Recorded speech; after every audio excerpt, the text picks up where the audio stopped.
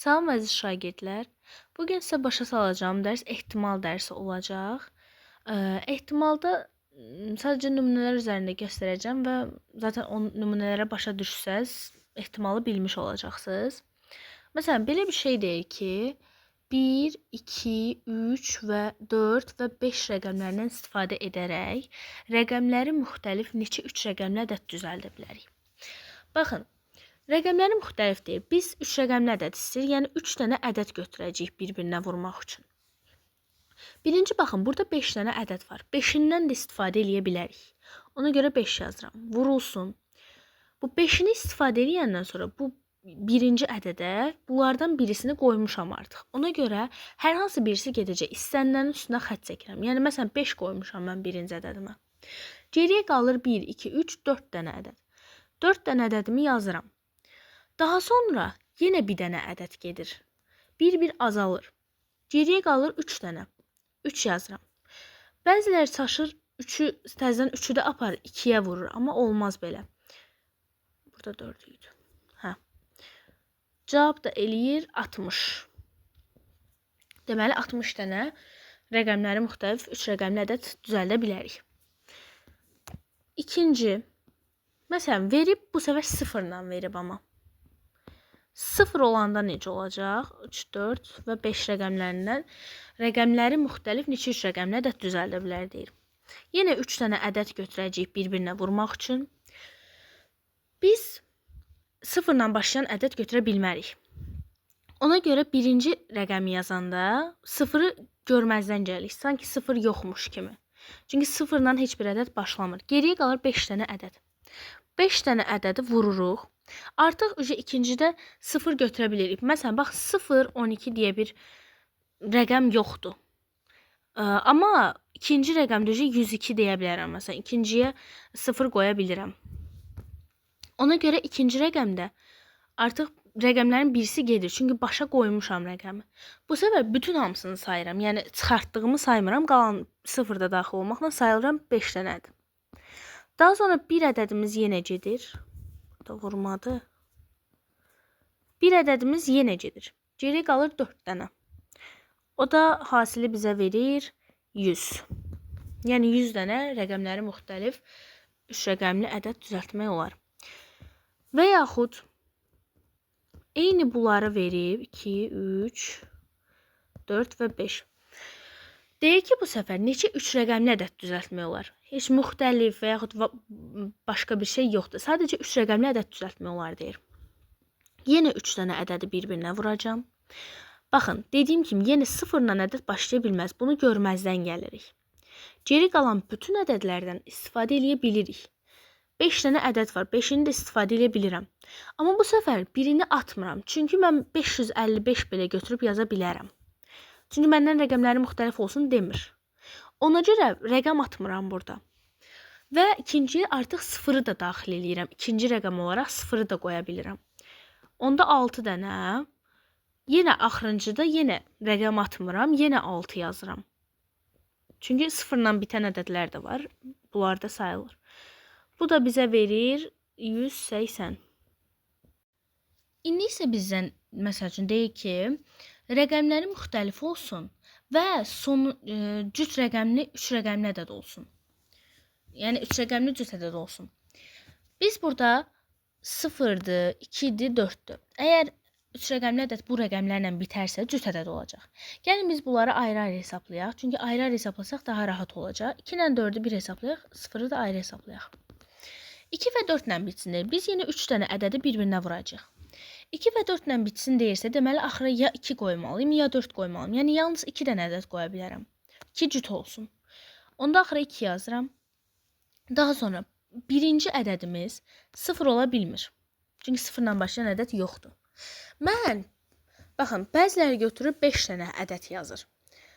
Amma nəzərə almaq lazımdır ki, birinci ədədimizə məsələn mən 2 qoysam, axırıncıya yenə də 4 gələcək. Və yaxud birinci ədədə 4 qoysam, axırıncıya 2 gələcək. Yəni, axırıncıya mən 2 rəqəmi bir arada qoya bilmərəm. 2 ilə 4-ü bir arada axıra qoyası deyiləm ki. Onda mən bunlardan bir dənəsini atıram. Geriyə 4 dənə rəqəm qalır, 4-ünü də yazıram. Bəzi uşaqlar götürür, bir ədəddə atır, 3 yazır. Amma olmaz. Buradakı sıfırı yeyə bilmərik. Artıq ikinci rəqəm olduğu üçün sıfırı qoya bilərəm. Geriyə qalır 4 dənə ədəd. Çünki birincidə artıq birini atdıq. Birinciyə rəqəm qoyduq. Axırıncıya da rəqəm qoyduq. Geri qalır 4 dənə ədəd. 4-ünü də qoyuruq. Vururuq bunların hamısını. O da eləyir 32. Daha sonra biz indi sıfırları hesablayacaq. Sıfırla bitən. Deməli 3 rəqəmli ədəd olacaq yenə. Axırıncıya yalnız bir dənə ədəd qoya bilirəm. O da sıfırdır. 1 yazıram ona görə. Mən axıra 0 qoyuram. Ona görə zaten sıfırla başlayan şey olmur. Rəqəm olmur. Ona görə 0 atıram. Həm də ki sona atdığım üçün. Bunların altını xəttində silim ki başınız qarışmasın. Geriyə qalır 5 dənə ədəd. 5-ini də yazıram. Vurulsun. Daha sonra bu ədədlərdən birisi də gedir. Amma artıq 0-ı götürə bilmirəm. Çünki artıq 0-ı mən axırıncıya qoymuşam. Geri də qalır 4 dənə ədəd. Bunları da vururam bir-birinə, eləyir 20. Məndən soruşmuşdu ki, rəqəmləri müxtəlif olsun və 3 rəqəmli cüt ədəd olsun. Mən ona görə bu ikisini də toplamalıyam. Əslində üçünü də bir arada tapa bilərdik, amma elə çox baş qarışdırıcı olur. Belə ayrı-ayrı hesablamaq daha rahatdır. Yəni 52-dir cavab. Bu qədər. Keçək faktorialı izah eləyim. Faktorial nədir? 1-dən n-ə qədər ədədlərin hasilinə n faktorial deyilir və n nida kimi yazılır və bu faktorial kimi tərcümə olunur. Yəni, özündən əvvəlki ədədlərin hasili nəzərdə tutulur. Məsələn, mən götürürəm 5 nida yazıram. 5-in özünü yazıram. Vurulsun. 5-dən əvvəl bütün natural ədədlər bir-birinə vururam. 5 vurulsun 4, vurulsun 3, vurulsun 2, vurulsun 1. O da bərabərdir, verir bizə 120. N faktorialın özü də nə verəcək bilirsiniz? N çıx 1 faktorial vurulsun N'in özü. Məsələn, gəlin bunu bir nümunə üzərində göstərək. Aşağı keçirəm. Yazaq məsəl üçün 14 faktorial bölünsün 12 faktorial vurulsun 169. Bunu da vururam. 52 vurulsun 13 faktorial bölünsün 15 faktorial. Bu da bərabərdir. Gəlin biz 14 faktorialı 12 faktorial kimi yazaq. Yəni 12 faktorialı saxlayıram. 12 ilə 14 arasındakı ədədləri yazıram. Yəni vurma şəklində. 13 vurulsun 14. Bölək. Bunlar vurma deyib. Biraz nöqtəyə oxşuyur. Daha doğrusu pis görsənmiş. Aşağıda olduğu kimi saxlayaq ki, ixtisarımız alınsın. Digərini də aşağıdan vurma kimi yazıram. Digərində də 52-ni daha doğrusu elə yuxarına olduğu kimi saxlayaq. Bu 13 faktorialla aşağının ixtisar getməsi üçün 15 faktorialı 13 faktorial kimi yazaq. 13 yazanda dediyim gibi 13 ilə 15 arasındakı qalan ədədləri yazıram. 14 vurulsun 15.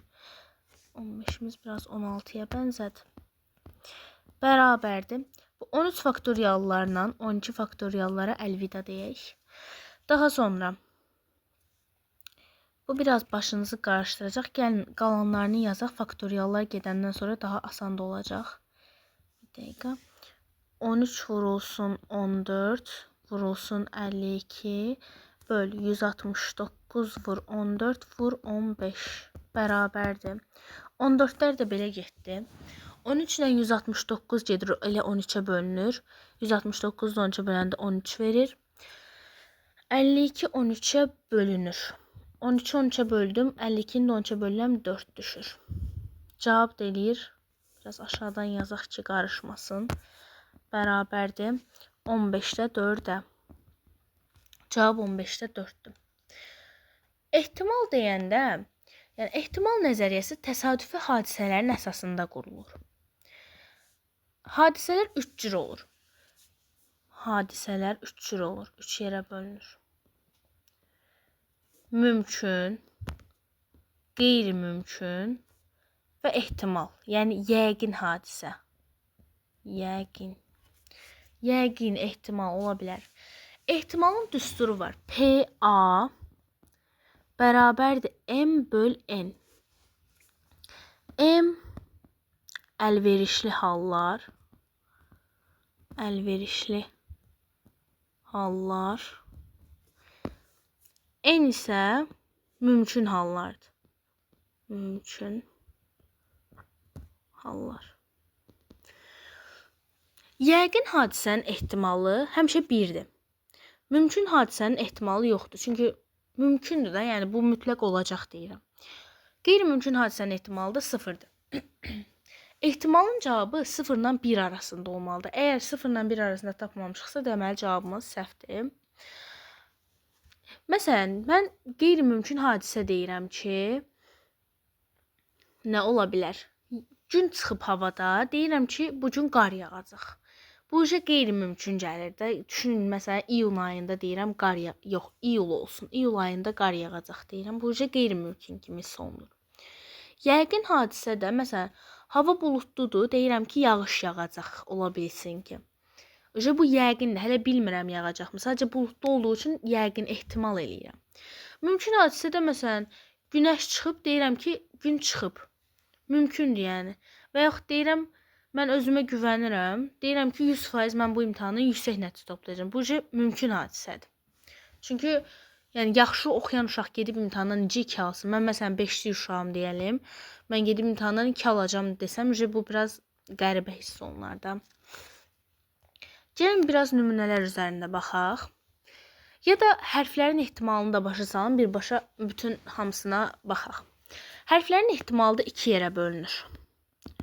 Birinci, təkrarlı hərflər. Təkrarlı hərflər. Məsələn, kəpənək deyirəm. Kəpənəkdə təkrarlanan ə hərfləri var.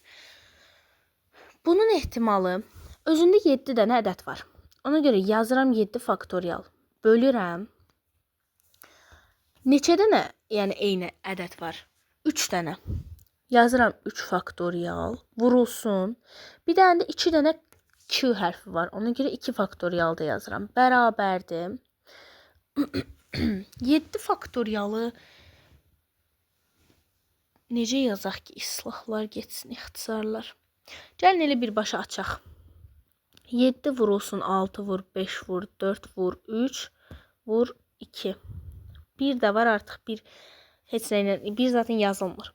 Gəlin aşağında açaq. 3 vur, 2 vur, 1 vur, 2 vur, 1. Daha sonra 1'lər zaten sayılmır, onları yazmayaq. 2 ilə 2 getsin, 3 ilə 3 getsin, 4 ilə də bu 2 getsin. Yuxarıda qalanları da bir-birinə vursaq, 420 verir. İkinci isə təkrarsız hərflər. Yəni, içində təkrarlanmayan hərflər olmalıdır. Məsələn, kitab deyirəm. Kitab. Təkrarlanan hərf yoxdur ki. Nə qədər hərf varsa, o qədər də faktorial verir. Yəni, 5 faktorial. O da 120 verməlidir. 120 verir. Daha sonra, gəlin artıq nümunələr üzərində rahatca baxaq. Keçin bu səhifəyə. Deyir ki, sürəti 42 olan kəsir, düzgün olan kəsir kimi, yəni düzgün kəsirdir. Təsadüfi seçilmiş rəqəmin natural olması ehtimalını tapın. 42-dir. Deyir ki, sürətinin natural ədəd olması ehtimalını tapmalıyıq və düzgün kəsirdir. Cavab 42-də 41-dir. Niyə? 42-də 42 ola bilmir. Çünki 42-də 42 artıq bizə 1 verir. Bu kəsirlikdən çıxır. Düzgün kəsir olması üçün 42-dən kiçik ədədlər olmalıdır. Və 42-dən kiçik natural ədəd 41 dənədir. 41-nin 41-i də ehtimal olaraq sayılır artıq. Daha sonra bu birinci sualı idi. İkinci sual. Deyir ki, sinifdə 9 qız oxuyur. Sinif nümayəndəsinin oğlan olma ehtimalı 3-də 2-dir. 9 qız sinif nümayəndəsinin oğlan olma ehtimalı 3-də 2-dir. 3-də 2-dir. Məndən oğlan olma ehtimalı 3-də 2-dir. Ümumi uşaq sayını soruşur. Gəlin biz nə edək? Ümumini x götürək. Ümumi olsun x. Nə qədər uşaq olduğunu bilmirik. Oğlanların sayı da onda verəcək. X minus 9. Niyə bilirsiniz? Çünki x minus 9 oğlan sayıdır. Qızları da üstünə gəlsən bunlar gedir. Yenə x verir. Yəni ümumi də zaten x olduğu üçün doğru alınır. Daha sonra yazaq ki, biz bayaq düstur yazdıq ki, əlverişli hallar bölünsün mümkün hallar. Bizim üçün əlverişli hal x çıx 9'dur. Yəni oğlan. Mümkün hallarda x'dir. Yəni ümumi. Bu da bərabərdir bizə zaten verib 3'də 2. Çalım çarpaz vuraq. 3x minus 27 bərabərdir. Çarpaz vururam. 2x. 2x'i sola keçirirəm, eləyir x bərabərdir 27. X bərabərdir 27. Onda x də bərabər, hərdə ilə x bərabərdir 27. Başım qarışdı. Deməli 27 dənə uşaq var. Bizdən elə uşaq sayını soruşduğu üçün cavab 27-dir. Gəlin bir suala yenə baxaq və yekunlaşdıraq. Deyir ki, 2 dənə zər atılır. Düşən xalların cəmi 8 olması ehtimalını. 2 dənə zər atılırsa 36 verəcək. Bir dənə zərdə 6 dənə öz var. 2 zər olanda 6'nın kvadratını götürəcək. 6'nın kvadratı yəni 36. Deyir ki, düşən xalların cəmi 8 olsun. 6'ya qədər cəmi 8 ilə ədədlərə baxaq. 1 7. Amma zərdə 7 olmadığı üçün 7'ni tulluyuruq. 2 6. 2 6, yəni bir xalda 2'dir, birində də 6'dır. Onda bunun tərsi də ola bilər də. Digərində 6, digərində də 2 gələ bilər. 2 6 6 2. 2 dənə buradan gəldi. Daha sonra 3 5 5 3. Bir dənə də 4 4'dür. Yəni 5 dənə düşmə ehtimalı var ki, yəni 36'da 5 ehtimaldır. 5 dənə ehtimal var ki, bu xalların cəmi 8 versin. Son bir dənə də suala baxaq. Belə bir şey verir. X kubu plus x kvadratı minus 20x bərabərdir 0. Deyək ki, tənliyin təsadüfi götürülmüş həllinin natural ədəd olması ehtimalı. Buradan gəlin, ortaq x'i çıxardaq. Burada qalsın x kvadrat plus x minus 20 bərabərdir 0. Hərəsini ayırarıqda 0'a bərabər eləyir. X'in özü elə 0 olur. X kvadratı plus x minus 20 0 olarsa biz burada diskriminant da eləyə bilərik. Onun yerinə x1 x2'ni də tapa bilərik. Necə tapırıq? Elə bir ədəd olmalıdır. Vuranda mənfi 20 eləsin, toplayanda mənfi 1 eləsin. Elə mənfi 5 ilə 4'dür. Bizdən natural həllər, baxın, x'imiz 1'i mənfi 5'dir, 1'i 4'dür, 1'i də 0'dır. Deməli 3 dənə mümkün hal var. 3 dənə. Bizə də deyir ki, əlverişli halımızda natural ədəd olsun deyir. 0 natural deyil, mənfi 5 natural deyil. Bir dənə 4 naturaldır. Ona görə 3'də 1 eləyəcək.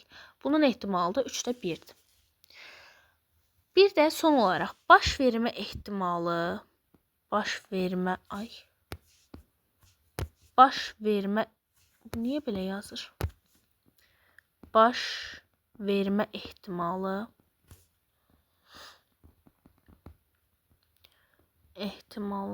topla baş verməmə ehtimalı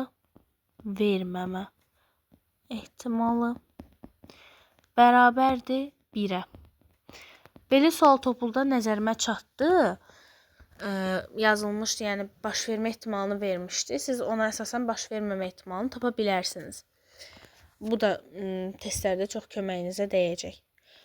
Ehtimal da bundan ibarət idi. Ümid edirəm ki, sınaqlarda, testlərdə ehtimalı yaza biləcəksiniz. Əgər sizə köməyim dəyibsə, mənim üçün çox xoşdur. Gecəniz xeyrə qalsın.